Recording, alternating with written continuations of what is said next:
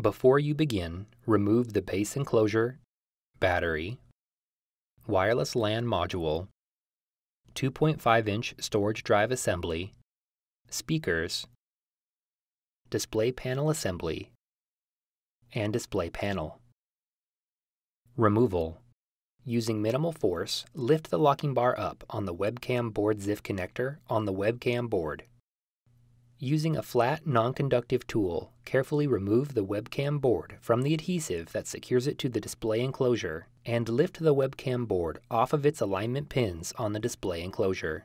Slide the webcam board off of the webcam ribbon cable and remove the webcam board. Reverse this procedure to install the webcam.